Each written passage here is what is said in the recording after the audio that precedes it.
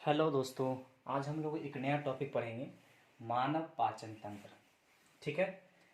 अब देखिए, मानव पाचन तंत्र, लास्ट में क्या लगा हुआ है? तंत्र। अगर किसी के लास्ट में तंत्र लगा रहे तो समझ लीजिएगा वो बहुत सारा अंगों से मिलकर बना होता है। तो मानव का पाचन तंत्र जो होता है ना, वो बहुत सारा अंगों से मिलकर बना होता है, जिसमें सबसे पहला आता है आहार नाल। मानव का पाचन तंत्र का निर्माण सबसे पहला अंग किससे होता है? आहार नाल से।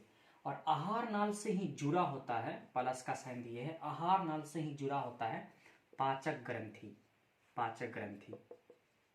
और पाचक ग्रंथि से पाचक रस निकलता है। ठीक है, ध्यान से समझिएगा।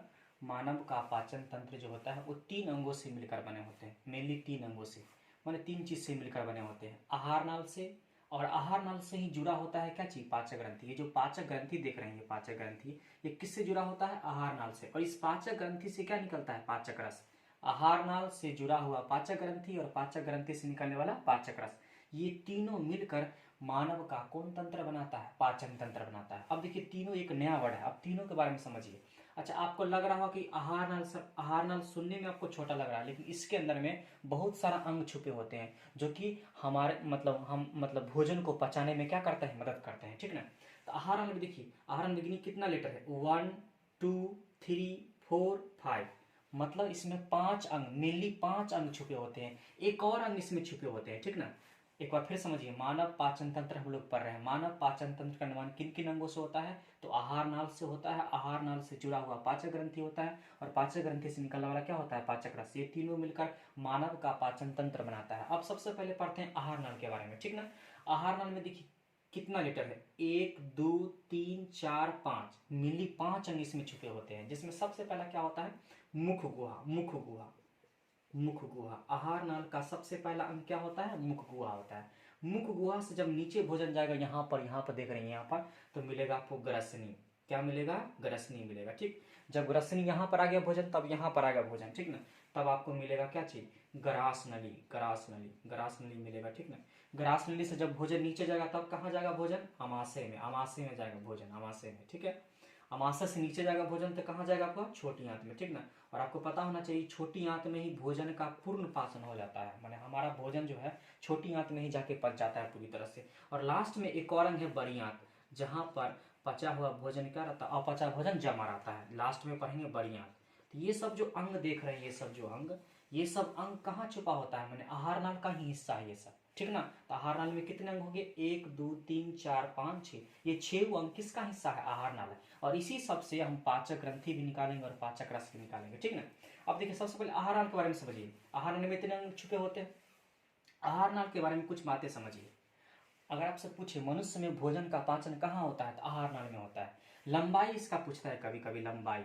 अगर आपसे पूछे आहार नाल की लंबाई कितनी होती है, तो याद रखिएगा, आहार नाल की लंबाई जो होती है वो 8 से 10 मीटर होती है। ठीक है। आहार नाल की लंबाई कितनी होती है? 8 से 10 मीटर होती है। कभी कभी ये फीट में पूछ लेगा, कितना फीट का होता है? तो 32 फीट का होता है। याद रखिएगा, आहार नाल की लंबाई कितना होता है? 8 से 10 मीटर, या कितना फीट हो सकता है? 32 फीट हो सकता है। ठीक ना। अब आपसे पूछेगा, सर एक बात बताइए, आहार नल की लंबाई जो है 8 से 10 मीटर है।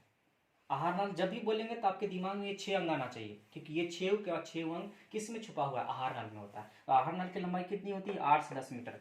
और सर किसी का लंबाई ही 2 से मैक्सिमम 2 से 3 मीटर होता है। फिर ये आहार नल हमारे पेट के अंदर में कैसे समा सकता है इतना लंबा?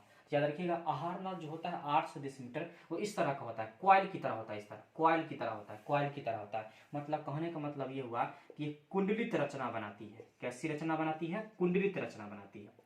आहार नल की लंबाई 8 से 10 मीटर, मतलब 32 फीट होती है। अगर आपसे पूछे कैसी रचना तो होती है इस अंदर में, हमारे पेट के अंदर में, तो कुंडलित रचना होती है। क्वाइल देखे ना, क्वाइल, क्वाइल की तरह होता है। अब इसको नमारिएगा तो 8 से 10 मीटर नहीं हो जाएगा, इसको सिकुड़ा दीजिएगा तो हो गया, छोटा हो जाएगा, समझिए। ठीक ना।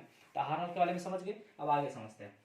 आहार नल में लंबाई समझ गए, या कुंडलित रचना होती है। फीट पूछे तो कितना होगा? 32 फीट होगा। ठीक। अब आपसे पूछे आहार नल सर कहाँ से शुरू होता है? हमारा आहार नल जो होता है वो कहाँ से शुरू होता है? याद रखिए, सबसे पहले कहाँ से शुरू होता है? मुख गुहा से। और अंत कहाँ होता है? बड़िया। आहार नाल की शुरुआत कहाँ से होती है? मुंह से। मुंह में ही ना भोजन रखते हैं, इसलिए इसको मुख गुहा बोलते हैं। और अंत कहाँ होता है? मैंने भोजन लेंगे कहाँ से? मुख गुहा से। निकालेंगे कहाँ से? बड़ी आंत। बड़ी आंत का एक लास्ट हिस्सा होता है, उसे हम बोलते हैं मल द्वार। क्या बोलते हैं, मल द्वार। तब पूछेगा आहार नाल कहाँ शुरुआत होती है, मुख गुहा से, अंत कहाँ होता है, मल द्वार। मल द्वार किसका हिस्सा है, बड़ी आंत का हिस्सा, ठीक ना। तो आहार नाल समझ गए, और आहार नाल में के बारे में समझ गए। आहार नाल की लंबाई 8 से 10 मीटर होती है, 32 फीट होती है, कुंडलित रचना होती है, जो कहाँ शुरू होती है, मुख गुहा शुरू होकर कहाँ अंत होती है, मल द्वार अंत होती है। चलिए अब हम सबसे पहले मुख गुहा के बारे में समझते हैं। आहार नाल के बारे में मतलब पहला पॉइंट मुख गुहा समझते हैं, ठीक। आहार नाल का पहला हिस्सा क्या बताया आपको, मुख गुहा। मुख गुहा, आहार नाल का पहला हिस्सा होता है मुख गुहा। चलिए ध्यान से देखिए, मुख गुहा में क्या क्या होता है। मुख मतलब मुंह, जहां भोजन करते हैं सबसे पहले वहां। मुख गुहा में कौन कौन होता है, मुख गुहा में सर दांत होते हैं, ठीक, जीभ भी होते हैं, ठीक, और लार भी होते हैं। ये 3 चीज होते हैं हमारे मुख गुहा में। भोजन के साथ क्या क्या करना है, ये तीनों काम कौन करेगा, दांत, जीभ और लार करेगा, ठीक ना। भोजन के साथ क्या करना है, ये तीनों भाग लेगा मुख गुहा में। तो मुख गुहा में क्या क्या होते हैं, दांत होते हैं, जीभ होते हैं, लार होते हैं। अब तीनों का काम समझिए। दांत का काम क्या होता है, भोजन को छोटे छोटे टुकड़े करना। भोजन को छोटे छोटे टुकड़े करने में क्या करता है, मदद करता है, ठीक ना। तो भोजन को चबाने में या भोजन को छोटे छोटे पीस करने में कौन मदद करेगा, दांत काम करेगा, ठीक ना। अब जीभ देखिए, जीभ जो है दो काम करता है। पहला ये स्वाद को पहचानने में मदद करेगा, ठीक ना। इसकी जो गति होती है, जीभ की जो गति होती है, देखिएगा जब भोजन कीजिएगा, जब उसे घोटिएगा, देखिएगा जीभ इन्ने से इन्ने से इन्ने होते रहता है। तो जीभ जो चल रहा है, जीभ जो गति कर रहा है, वो क्या करने में मदद करता है, भोजन को निगलने में मदद करता है, निगलने में मदद करता है। तो जीभ का दो काम हो गया, एक तो स्वाद भी पहचानता है, दूसरा उसका जो गति होता है, जीभ का जो गति होता है, मैं जीभ जो भोजन को निगलने में मदद करता है ना।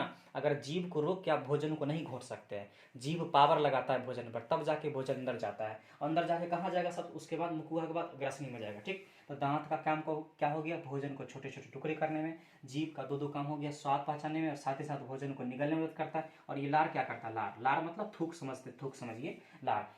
लार क्या करता है, भोजन को मुलायम बनाता है। भोजन को क्या बनाता है, मुलायम बनाता है। तो तीनों का काम समझ गए। दांत क्या हो गया, भोजन को छोटे छोटे टुकड़े करने में। जीभ का काम 2 हो गया सर, स्वाद को पहचानने में और निगलने में मदद करेगा, ठीक है। और लार जो है भोजन को क्या करने में मदद करता है, मुलायम करने में। अब तीनों के बारे में डिटेल से भी पढ़ना है।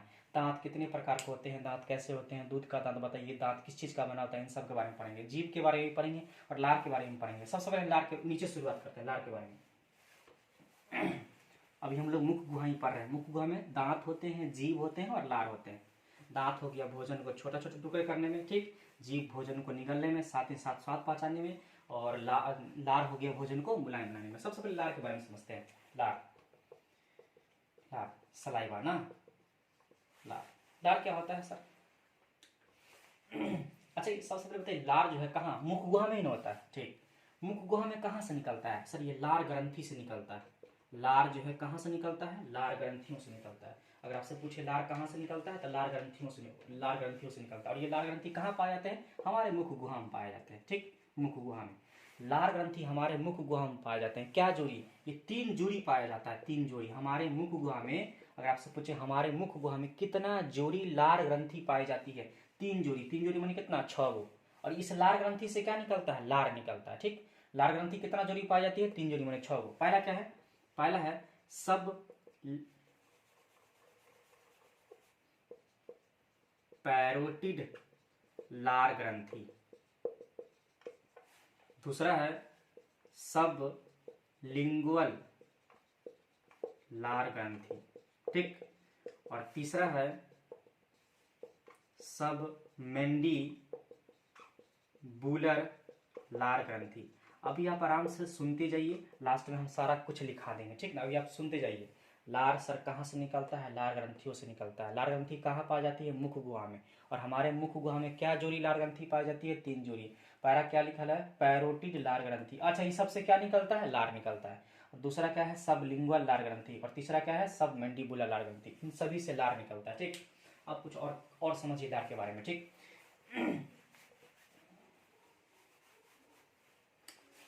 लार में एक एंजाइम पाया जाता है, उसका नाम है टाइलिन एंजाइम। ऑब्जेक्टिव पूछ सकता है आपसे कि लार में, हमारे मुख गुहा में जो लार होते हैं, जो लार ग्रंथि से निकलते हैं, उस लार में कौन सा एंजाइम पाए जाते हैं, टाइलिन एंजाइम पाए जाते हैं, ठीक। टाइलिन एंजाइम, इसी को एमाइलेस भी कह सकते हैं आप, एमाइलेस, एमाइलेस याद रखिएगा। टाइलिन एंजाइम को ही कौन सा एंजाइम कह सकते हैं, एमाइलेस एंजाइम कह सकते हैं। तो ठीक है, लार में कौन सा एंजाइम पाए जाते हैं, टाइलिन एंजाइम पाए जाते हैं। इसका काम क्या है, ये क्या काम करता है टाइलिन एंजाइम, ये टाइलिन एंजाइम जो है स्टार्च को, भोजन में जो स्टार्च होते हैं उसको माल्टोज में बदलने का काम करता है। याद रखिएगा, अगर आपसे पूछे स्टार्च को माल्टोज में बदलने का काम कौन सा एंजाइम करता है, तो टाइलिन एंजाइम करता है। और ये टाइलिन एंजाइम कहाँ पाए जाते हैं, लार में पाए जाते हैं। बात को समझ रहे हैं मेरी? फिर समझिए, लार में कौन सा एंजाइम पाया जाता है, टाइलिन एंजाइम। इसका दूसरा नाम पूछे तो क्या बोलेगा, एमाइलेज। सर इस टाइलिन एंजाइम का काम क्या है, टाइलिन एंजाइम क्या करता है, स्टार्च को किस में बदलता है, माल्टोज में बदलता है। ठीक, स्टार्च को माल्टोज में बदलने का काम कौन सा एंजाइम करेगा, टाइलिन एंजाइम काम करेगा। ठीक, पता है हमारे मुख गुहा में ना, हमारे मुंह में प्रतिदिन 1.5 लीटर 1.5 लीटर जो है 1.5 लीटर में 1.5 लीटर लार स्रावित होता है। 1.5 लीटर में 1.5 लीटर थूक माने बनता है हमारे मुख गुहा में। अगर आपसे पूछे हमारे मुख गुहा में कितना लीटर प्रतिदिन लार बनता है, तो याद रखिएगा 1.5 लीटर लार बनता है। लार में कौन सा एंजाइम पाया जाता है, टाइलिन एंजाइम। इससे दूसरा नाम क्या है, एमाइलेज। ये क्या करता है, टाइलिन एंजाइम स्टार्च को माल्टोज में बदलता है। ठीक, लार हो गया। अब हम जीव के बारे में पढ़ते हैं, जीव के बारे में। जीव का दो काम बताए थे, जीव का दो काम बताए थे। देखिए जीव जो है ना, बताए थे स्वाद पहचानता है ना, इसको पार्ट में बांट लीजिए।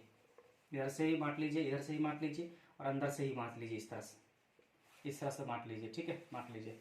अगला हिस्सा देख रहे हैं, अगला हिस्सा, ये जो अगला हिस्सा देख रहे हैं, ये मीठा को पहचानने में मदद करता है। ठीक है, अगला हिस्सा, जीव का जो अगला हिस्सा होता है मीठा को पहचानता है। ठीक, और आंतरिक हिस्सा देख लीजिए, आंतरिक हिस्सा दिख रहा है, आंतरिक हिस्सा, ये जो हिस्सा देख रहे हैं, ये कड़वा को पहचानता है। कड़वा या तीखा, कड़वा या तीखा को पहचानने में आंतरिक हिस्सा मदद करता है। और ये बगल वाला देख रहे हैं, बगल वाला जो हिस्सा देख रहे हैं, बगल वाला हिस्सा, ये आपको खट्टा को पहचानने में मदद करेगा। खट्टा को इधर से भी खट्टा पहचानेंगे और इधर से भी खट्टा पहचानेंगे। सर बीच में क्या होगा, बीच में है ना, बीच में क्या करेगा, नमकीन को पहचानने में मदद करेगा। ठीक है, जितना भी स्वाद को पहचानने में, देखिए कौन कौन, अगला से मीठा को अगर पहचाना है तो कहाँ से पता कीजिएगा, आगे वाला हिस्सा से। और आंतरिक वाला हिस्सा, सबसे अंदर वाला हिस्सा से कड़वा या तीखा को पहचानने में मदद करता है। बीच वाला हिस्सा सब एकदम प्लेन वाला सतह पर, बीच वाला हिस्सा से किससे प्राप्त करते हैं, नमकीन का स्वाद लेते हैं। बगल वाला हिस्सा से किस चीज का स्वाद लेते हैं, खट्टा का स्वाद लेते हैं। ठीक ना, इसके ऊपर में 8 से 10 हजार, लगभग 8 से 10 हजार छोटे छोटे छिद्र होते हैं। इस छिद्र का नाम पूछेगा आपसे, और यही स्वाद को पहचानने में मदद करता है। इस छिद्र का नाम है स्वाद कलियां।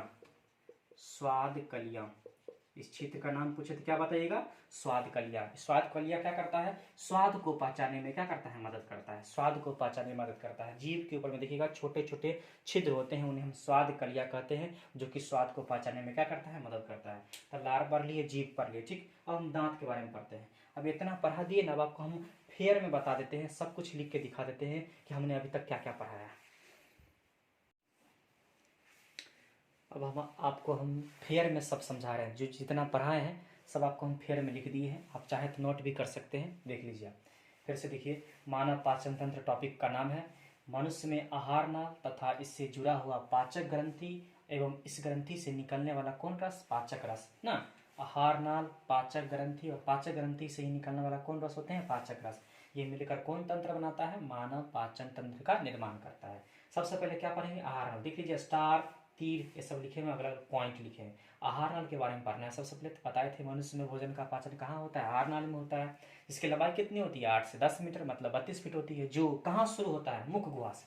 मुख गुहा शुरू होकर कहाँ तक फैली रहती है, मल द्वार तक फैली रहती है। और यह कैसी रचना है, कुंडलित रचना है, कोयल की तरह रचना है। आहार नाल के निम्नलिखित भाग होते हैं, जिसमें सबसे पहला क्या बताए थे, मुख गुहा। उसके बाद क्या बताए थे, ग्रसनी। उसके नीचे जाएंगे तो ग्रासनली, फिर नीचे जाएंगे तो आमाशय। आमाशय के बाद क्या होगा, छोटी आंत। उसके बाद क्या होगा, बड़ी आंत। इससे आगे नीचे, इससे नीचे नहीं जाना है। तो आहार नल पढ़ रहे थे। आहार नल का पहला भाग क्या बताए थे, मुख गुहा। चलिए मुख गुहा के बारे में पढ़ते हैं। मुख गुहा के बारे में पढ़ रहे हैं। यह आहार नल का कौन सा हिस्सा होता है, पहला भाग होता है। ठीक, इसमें क्या क्या होते हैं, मुख गुहा में, हमारे मुख गुहा में क्या क्या होते हैं, दांत होते हैं, लार होते हैं, जीभ होते हैं। वैसे बहुत चीज़ होते हैं, लेकिन मेनली 3 चीज़ पढ़ना है। क्यों, क्योंकि हमको भोजन को तोड़ना है, भोजन के साथ कुछ करना है। तो भोजन के साथ कौन कौन क्या क्या करेगा, दांत करेगा, लार करेगा और जीभ करेगा। ठीक, दांत क्या करता है, भोजन को छोटे छोटे टुकड़े करता है। ठीक, लार भोजन को क्या करता है, मुलायम बनाता है, पहले भी पढ़ा चुके आप।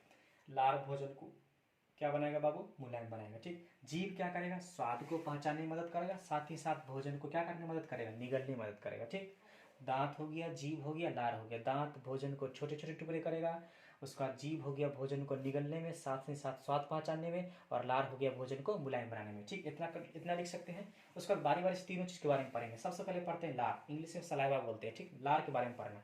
सबसे पहले बात, लार कहाँ से निकलता है? लार ग्रंथियों से निकलता है।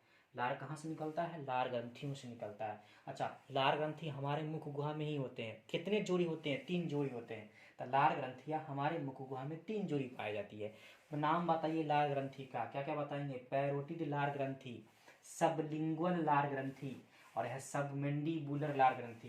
पैरोटिड लार ग्रंथि, सबलिंगुअल लार ग्रंथि और सबमेंडिबुलर लार ग्रंथि। ठीक, इन तीनों लार ग्रंथि से क्या निकलता है? लार, जो कि प्रतिदिन कितना लीटर निकलता है? 1.5 लीटर निकलता है पर दिन।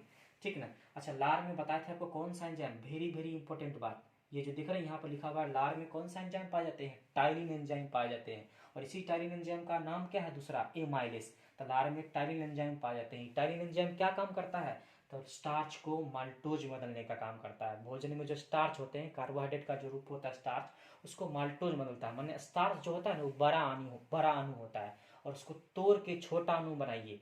भोजन में जो बड़ा अणु है उसको तोड़ के छोटा अणु बनाना ही तो भोजन को पचाना कहते हैं। तो भोजन में बड़ा अणु क्या है? स्टार्च, उसको छोटा अणु में बदलिए। स्टार्च जब टूटता है तो क्या बनता है? माल्टोज। और स्टार्च को माल्टोज में तोड़ने का काम कौन एंजाइम करता है? टाइलिन एंजाइम करता है। लास्ट में देखिए, मुख गुहा में प्रतिदिन कितना लीटर लार स्रावित होता है? तो 1.5 लीटर लार स्रावित होता है। ठीक ना, ये हमारा लार के बारे में हो गया। अब पढ़ते हैं हम लोग जीभ के बारे में। ठीक, तो लार के बारे में समझ गए। अब जीभ के बारे में समझते हैं। जीभ, जीभ में देखिए, जीभ का काम 2 था। एक तो स्वाद पहचानने में और भोजन को निगलने में मदद किया। स्वाद कैसे पहचानता है? सुनिए ध्यान से। मीठा एक प्रकार का स्वाद है, नमकीन स्वाद है, खट्टा भी स्वाद है, कड़वा भी स्वाद है। मेनली स्वाद इतना ही तरह के होते हैं, वैसे होते हैं बहुत तरह के, लेकिन मेनली 4 तरह के होते हैं। देखिए, अगला हिस्सा देखना, अगला जीभ का जो आगे वाला हिस्सा होता है वो मीठा को पहचानने में मदद करता है। ठीक, अगला हिस्सा मीठा को पहचानेगा। बगल वाला जो हिस्सा देख रहे हैं, बगल वाला ये और ये बगल वाला हिस्सा देख रहे हैं, ये वाला दोनों हिस्सा देख रहे हैं ना, ये खट्टा को पहचानने में मदद करेगा। बीच वाला हिस्सा, जीभ का जो बीच वाला हिस्सा था, बीच वाला हिस्सा वो नमकीन को पहचानने में मदद करेगा। और जो आंतरिक हिस्सा है, जो अंदर वाला हिस्सा है, वो किसको पहचानने में मदद करेगा? कड़वा को पहचानने में मदद करेगा। ठीक, उसके बाद देखिए, इसमें देखिए बहुत सारा छिद्र होते हैं, छोटे छोटे छोटे छोटे छिद्र होते हैं जीभ के ऊपर में। वो छिद्र का नाम पूछेगा आपसे, तो नाम क्या है? स्वाद कलियां। और इसी से हम स्वाद पहचानने में मदद करते हैं। ये जो छोटे छोटे छिद्र देख रहे हैं, इसी को हम स्वाद कलियां बोलते हैं। तो हमने आज आहार नाल के बारे में पढ़ रहे हैं, और आहार नाल का पहला भाग मुख गुहा के पढ़े हैं। मुख गुहा में क्या क्या पढ़े हैं आप? लार पढ़ लिए, जीभ पढ़ लिए। अब अगला हिस्सा में हम लोग दांत के बारे में पढ़ेंगे। ठीक ना।